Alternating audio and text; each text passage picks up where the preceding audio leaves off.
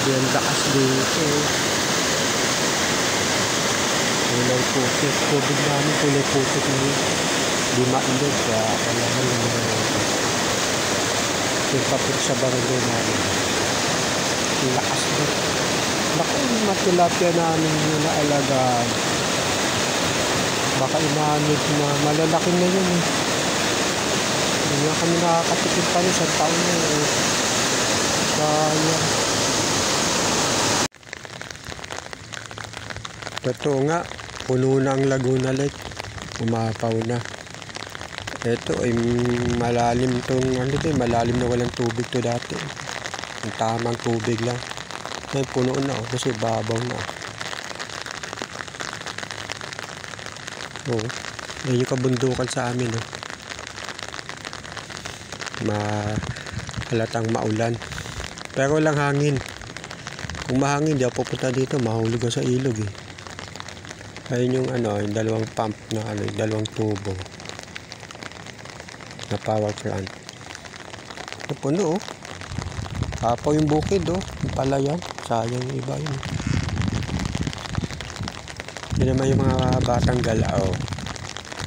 Pumunta pa sa may yan sa may pagoda. Yung tulay hindi ko alam kung kaibigan niya o nagliligawan. Ayan, may hangin na ng konti. Apaw na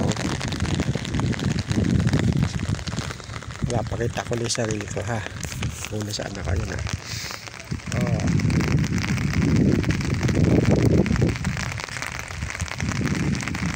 Kailangan lumabas eh.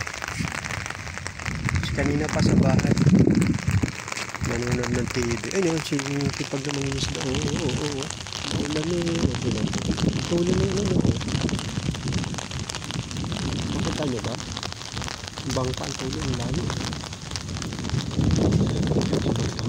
Kaya tumatawag dito.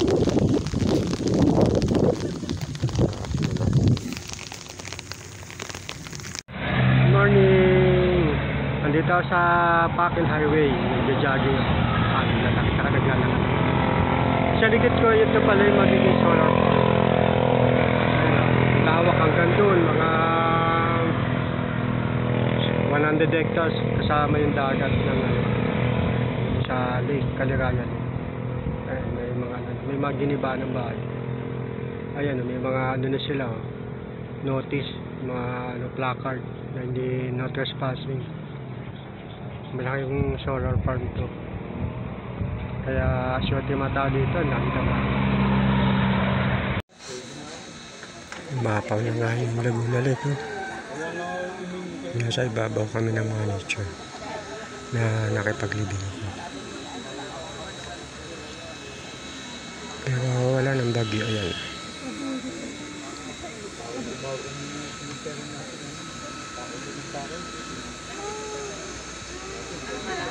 Sa baba highway.